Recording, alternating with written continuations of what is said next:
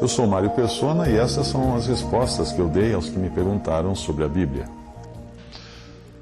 Você escreveu perguntando como conviver com o vazio, com a tristeza, e existem muitos que passam por tristezas e angústias, e esses sentimentos são compartilhados por todas as pessoas, algumas num grau maior, outras num grau menor, mas todos reconhecem que possuem dentro de si um imenso vazio.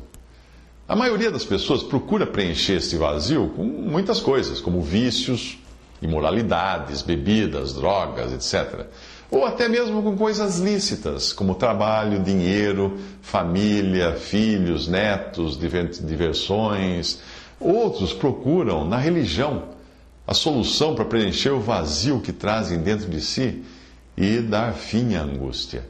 Mas se você ler o relato de Filipe, o eunuco, no livro de Atos, você vai ver que o eunuco voltava de Jerusalém, a sede, a capital da religião judaica, e ele era um prosélito, um convertido à religião judaica, mas ele voltava o quê? Frustrado, porque ele não encontrou na religião aquilo que preenchesse o seu vazio. Assim, muitos se envolvem com alguma religião e buscam nas suas práticas uma atividade necessária para se esquecerem dessa condição tão miserável em que se encontram.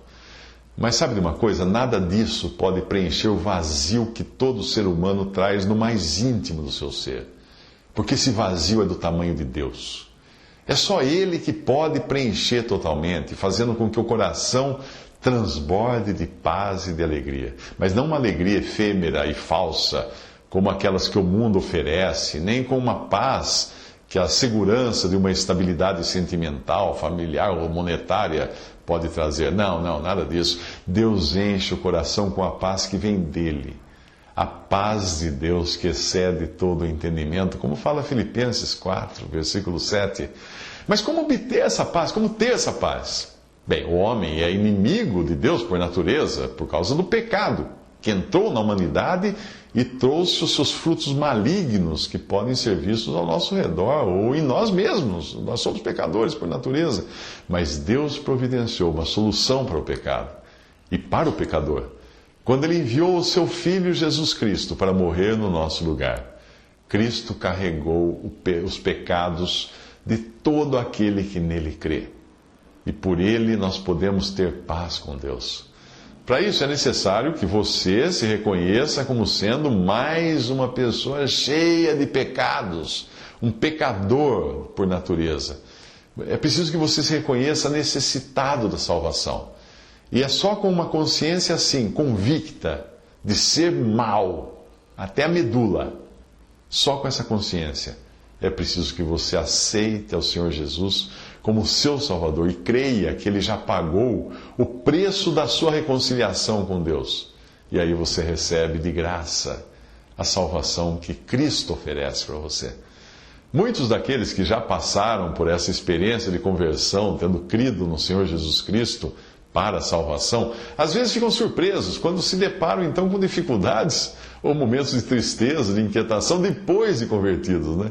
Aí começam então a ter dúvidas se realmente a paz que Deus oferece é duradoura ou se ela serve apenas para os momentos que se seguem à salvação. E aí, com a mente cheia de dúvidas, essas pessoas passam a ficar cada vez mais desanimadas. Mas o problema está no fato de que muitas pessoas vão a Cristo buscando, em primeiro lugar, a satisfação dos anseios de paz e alegria que trazem no seu coração. Mas quando aceitam o Senhor Jesus, elas recebem a salvação completa. Elas recebem o total perdão dos seus pecados, um lugar assegurado no céu, junto com Cristo, graças à obra que Ele consumou na cruz do Calvário. Além de uma salvação tão grandiosa, essas pessoas recebem ainda como consequência alegria e paz nos seus corações e passam a ter uma nova perspectiva de vida. Mas aí cometem um erro. Que erro? Elas passam a dar mais importância, maior importância aos seus sentimentos do que a Cristo e a sua obra. E aí, quando elas encontram alguma dificuldade, e são muitas as dificuldades que o cristão encontra, elas logo se esquecem da posição celestial que elas têm garantida, e aí desanimam. Se você ler Êxodo capítulo 15, versículos 23 a 25, você vai encontrar uma lição muito preciosa ali. Os israelitas tinham ficado no Egito como escravos e foram libertados por Deus depois de escaparem do juízo que foi lançado sobre todo o Egito, com a morte dos primogênitos, exceto daqueles que colocavam um sangue de animal na porta de sua casa. Né? Foi ordenado que cada família matasse um cordeiro sem defeito e passasse o seu sangue nos batentes da porta da casa.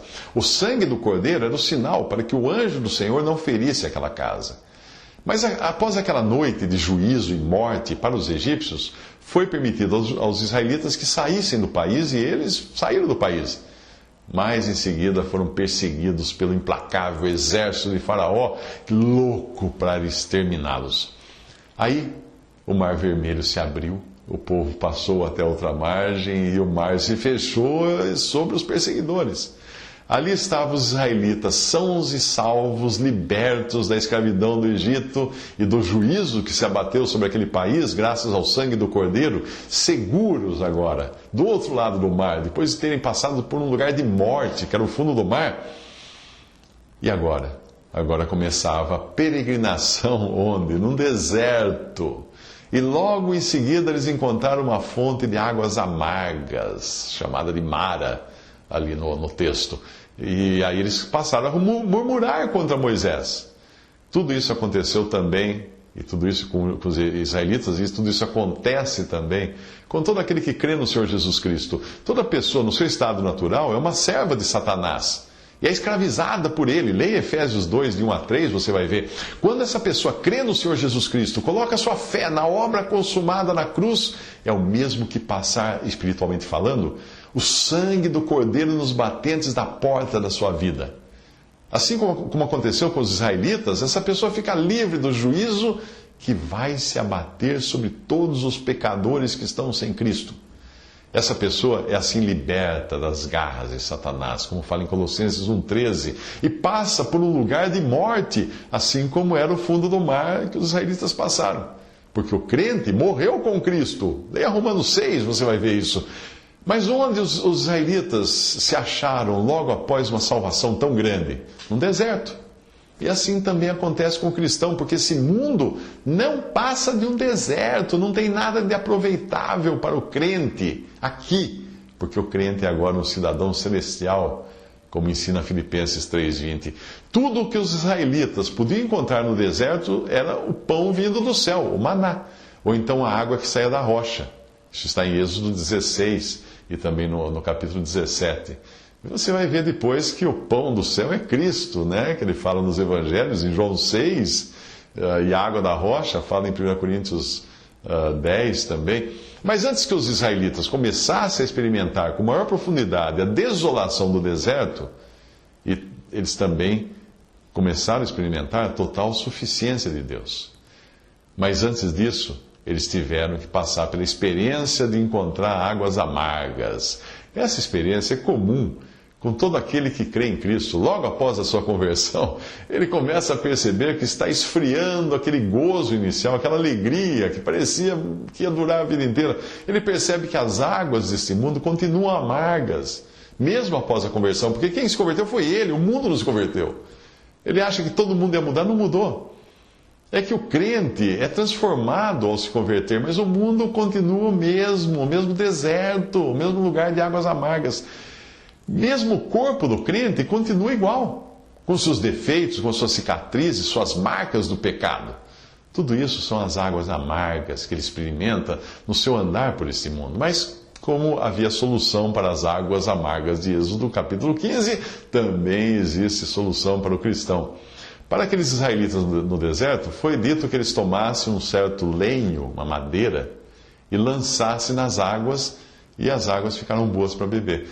O que nos lembra esse lenho? Do que nos fala uma madeira, um madeiro? Da cruz de Cristo. O madeiro onde foi pendurado o nosso Salvador. Do mesmo modo, o único modo de tornar suportável a peregrinação do cristão nesse mundo, transformando as águas amargas desse mundo em águas doces e potáveis, é apelando para a cruz, buscando a origem da sua salvação. É claro que eu não estou falando aqui a buscar um pedaço de madeira ou pregar uma cruz na parede da casa, um crucifixo. Não. Não, estou falando do sentido espiritual da coisa. O que a cruz significa para o cristão? Um lugar de morte. Aplicar a cruz nas nossas vidas significa nos considerar mortos para as coisas deste mundo, no sentido indicado nas passagens de Gálatas 2:20, 5:24 e também versículo 14. Significa mortificar todos os nossos desejos, nossos sentimentos, compreendendo que eles podem nos levar a desviar os olhos daquele que morreu por nós na cruz.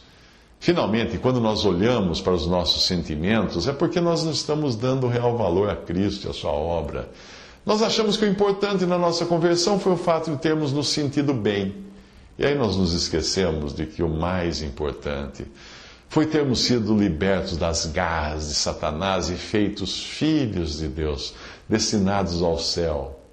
Quando nós pensamos na grandiosidade da obra de Cristo e no quanto custou a nossa libertação, aí o nosso coração se enche de gratidão.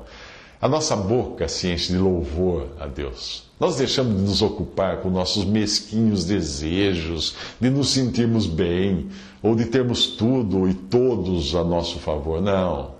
O Senhor Jesus disse: tenho-vos dito isto, para que em mim tenhais paz. No mundo tereis aflições, mas tende bom ânimo, eu venci o mundo. João 16:33. O que ele falou?